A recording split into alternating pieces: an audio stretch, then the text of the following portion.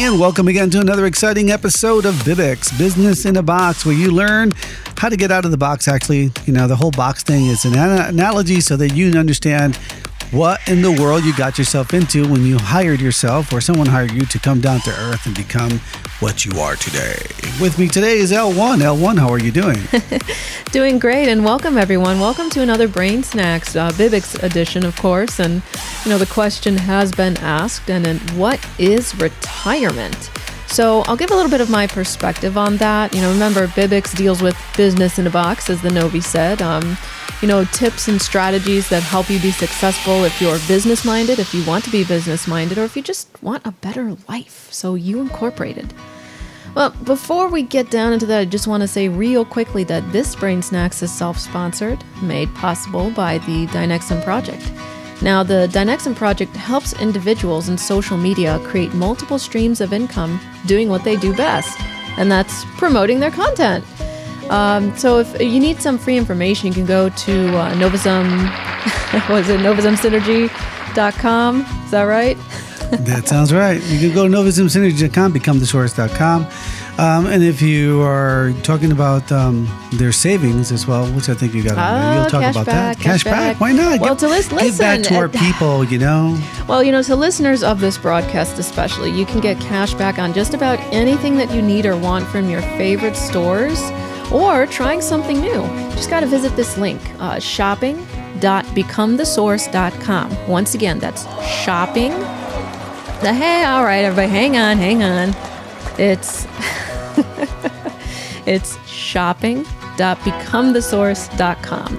Your purchases will actually directly contribute to BTS and all of the projects. Obviously, we do take pride in what we do, and obviously some people have offered us donations in the past, and that's fine too, but we'd rather give back as well.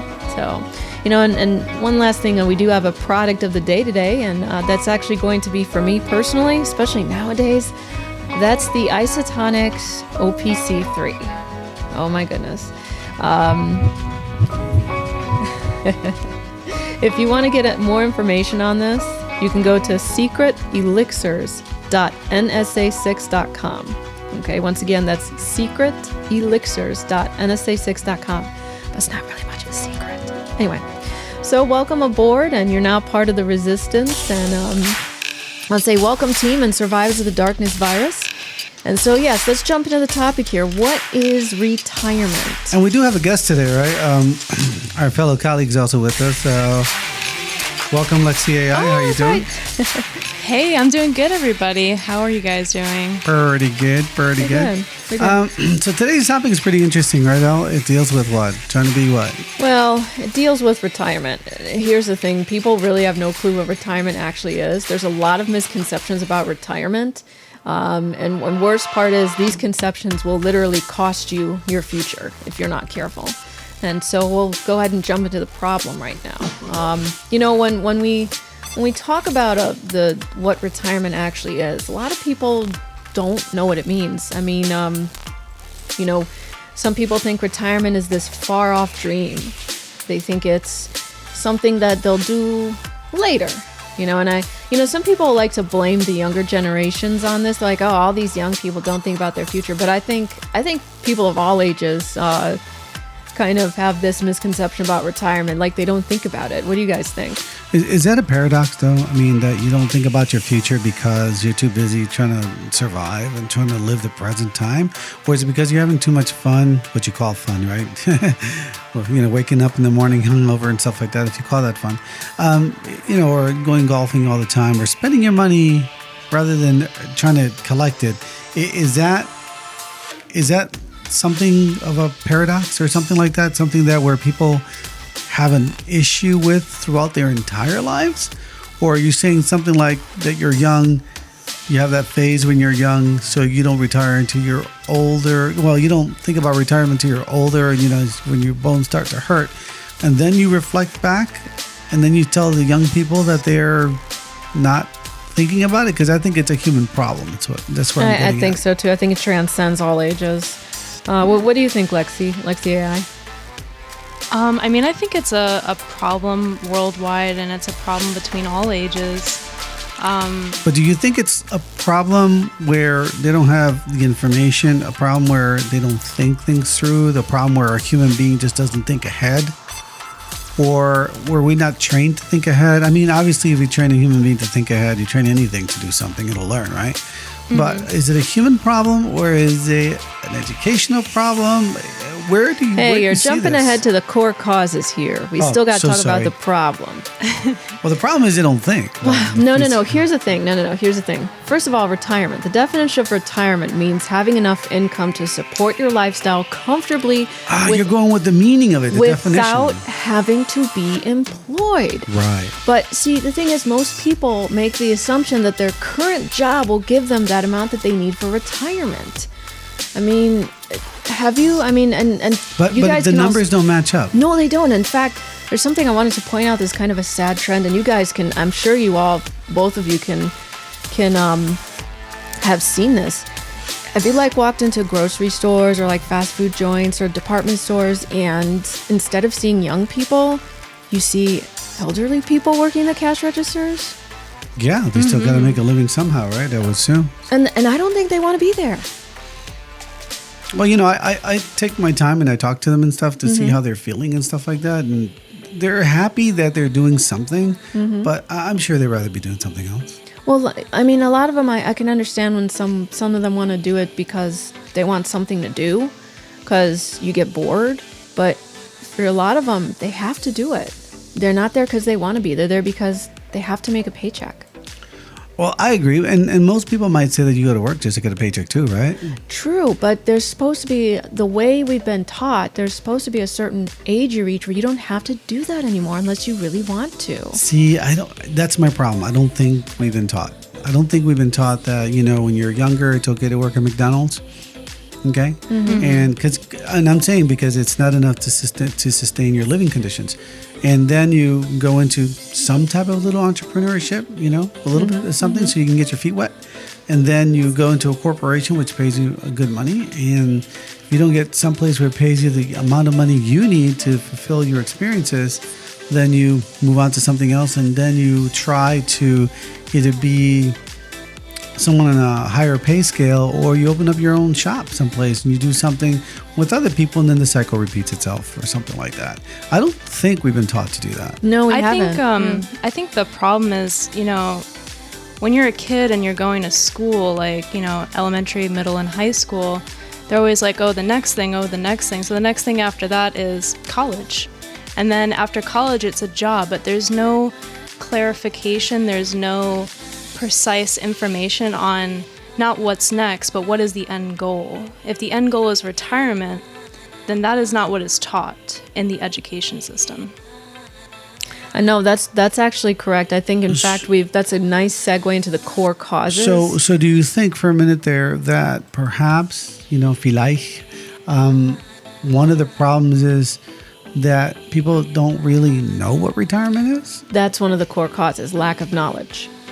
Like Lexi AI was saying, you're just kind of taught, go to the next level, go to the next level, go to the next level, but they never really, and then they mention retirement. I mean, people aren't that stupid. It's not like they never heard of retirement, but they're just told about retirement. They don't understand what it is. So what is retirement?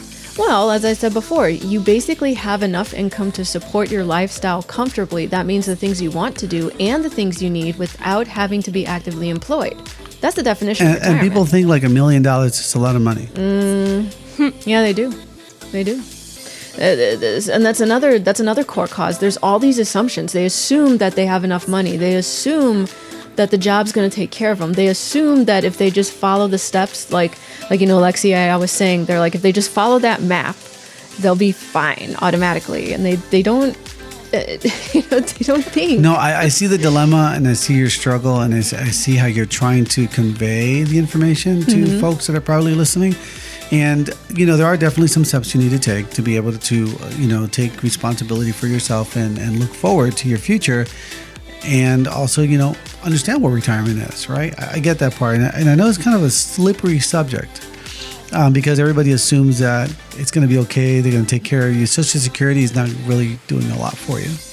And they say that it's going to fail. Other countries have similar issues too with their older people.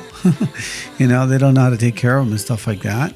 So I do think that really the government sort of has failed to protect its people by giving it the knowledge it needs to understand what retirement means, how to budget money, how to predict the money that you're going to look forward to. How to do long-term planning. How to do long-term planning, exactly. So everything is like here and now, and I want you to do this and provide a function for my company rather than, hey, listen, even though you're working for my company, here is some kind of area that you can go learn about retirement. And, it should be a major conversation on a daily basis about retirement. Like I should be able to go outside and see news advertisements about retirement and what's going on with that. And that'd be great. That'd be a great country, I think. I don't know. More and also,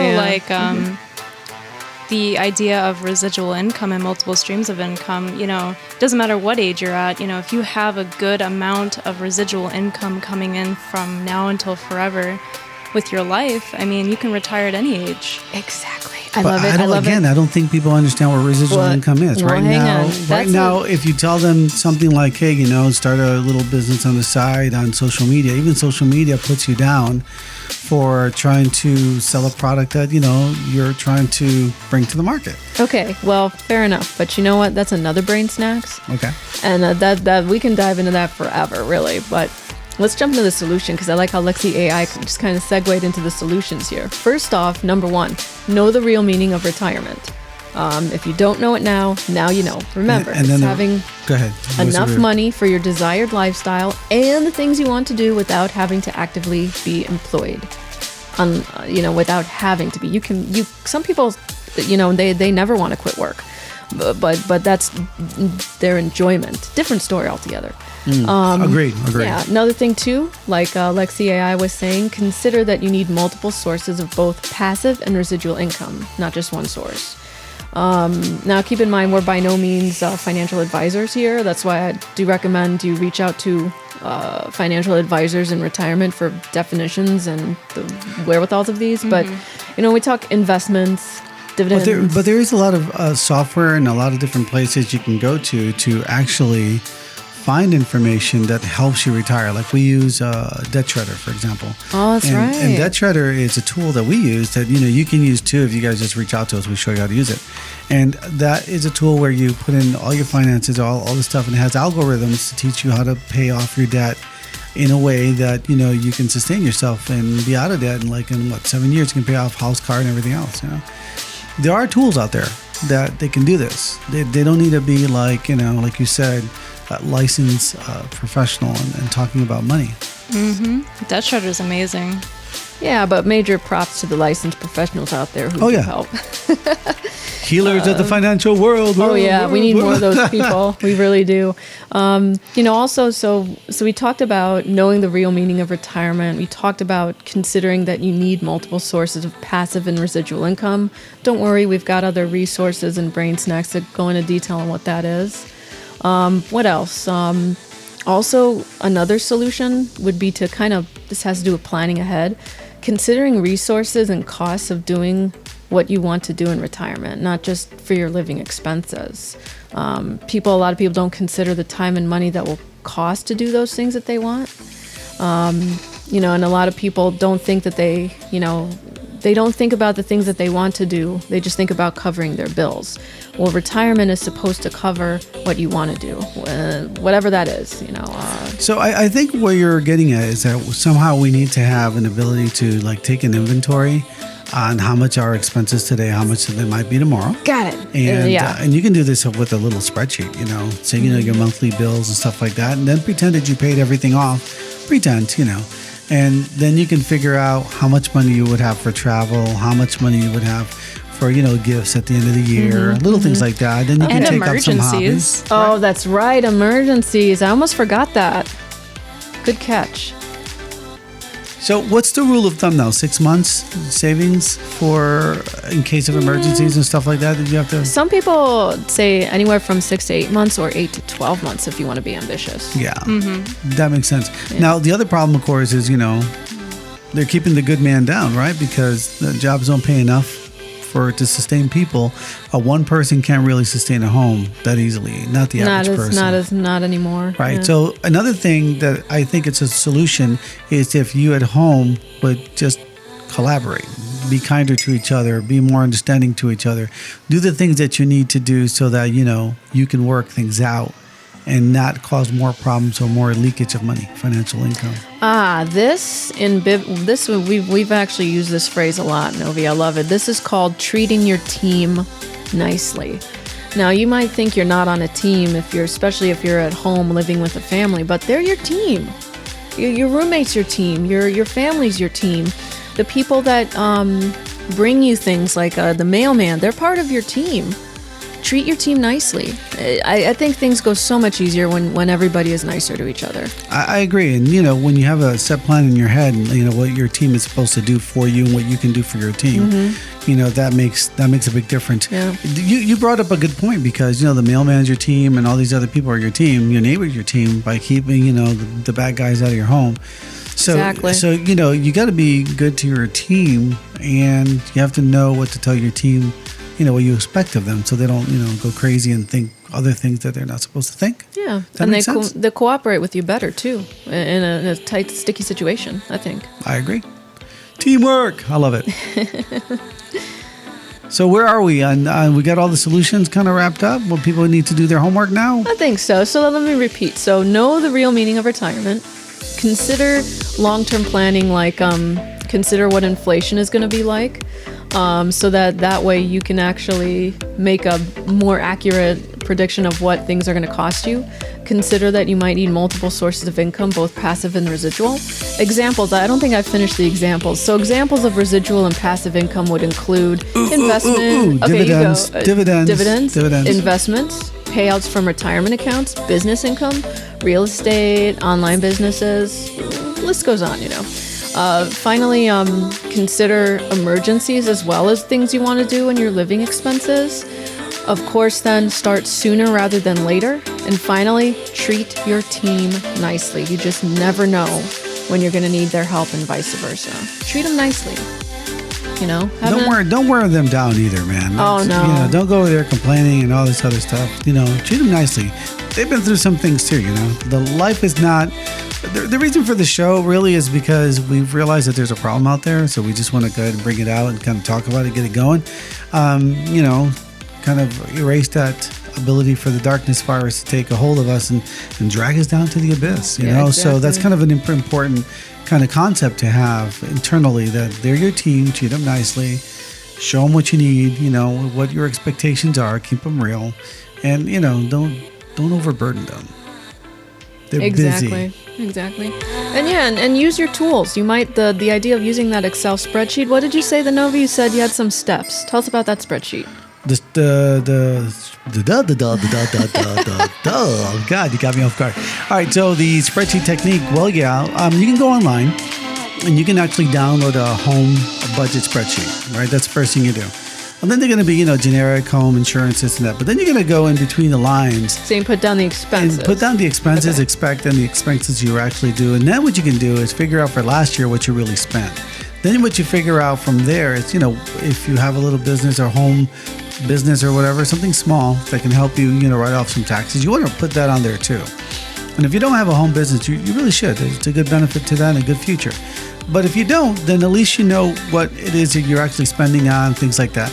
Also, document what you normally eat and go to something like Mint online or something like that. And we don't get anything from Mint. But you go to something like a Mint where you can pull your data and you can research yourself where you're spending more money. You're going to be surprised. One Starbucks coffee every day is about $30 to $300, a month. So, when you look at those kind of things, you go, oh my gosh, you can cut back there and save over here kind of thing. So the very first thing is, take inventory of yourself through a spreadsheet, which is a home, a monthly budget. And then you take that monthly budget, you look at it from your yearly net income, because that's what you're going to get back if you don't have a business. You go get net income on that. And the net income, by the way, is how much money you make a year that you take home. That's it. You're spending money. And don't forget, there's taxes. Every time you buy something, there's a tax on that, And take advantage of, understanding your home taxes, insurance taxes, your escrow, your vehicle taxes at the end of the year. These are things we forget. And when we budget it in, we figure out that, hey, we got enough money, but where's the money going? Your credit cards, knock them out. Just get rid of them one at a time, because you're paying $50 or more dollars on interest rates there. But this spreadsheet should help you realize that. And then at the end, you can, sit down with a cup of coffee, a piece of toast with some butter on it, like I do, and just cry about it, because it's gonna hurt. And pay off your house. It's gonna hurt. Yeah, that's a good one. Pay off your big debts. Yeah, but that'll be for another BIBX. But That's right true, now we're just talking true. about retirement, planning on retirement. Definitely pay off your house though, because it's easier to pay. I don't know, maybe the insurance and the what is it, which is about $2,000 maybe, depending where you are, on interest and what do you call it? You got to pay your interest. Oh, you your talking about property escrow? taxes. Your property taxes. Okay, property taxes. That's if your home is paid off, right? Ooh. So now, if worse comes to worse, you can live off, $2,000 to $3,000 a month and make it happen. But that's long-term planning. Did I hit the nail on the head there? I think you did. With You the did. spreadsheet? All I right, love then it. I get a kudos. Thank you. Boy, I got to beg for kudos around here. All right, that's it, ladies and gentlemen. Is that it? That's Is that it, your yeah. brain snacks That's our for brain the wonderful snacks. people today? Yeah, that's enough. I think that's more of a snack today. That's like a small meal. A small meal. Look at that. Yeah. All right, ladies and gentlemen, that's it. Till next time, we're going to talk to you about what?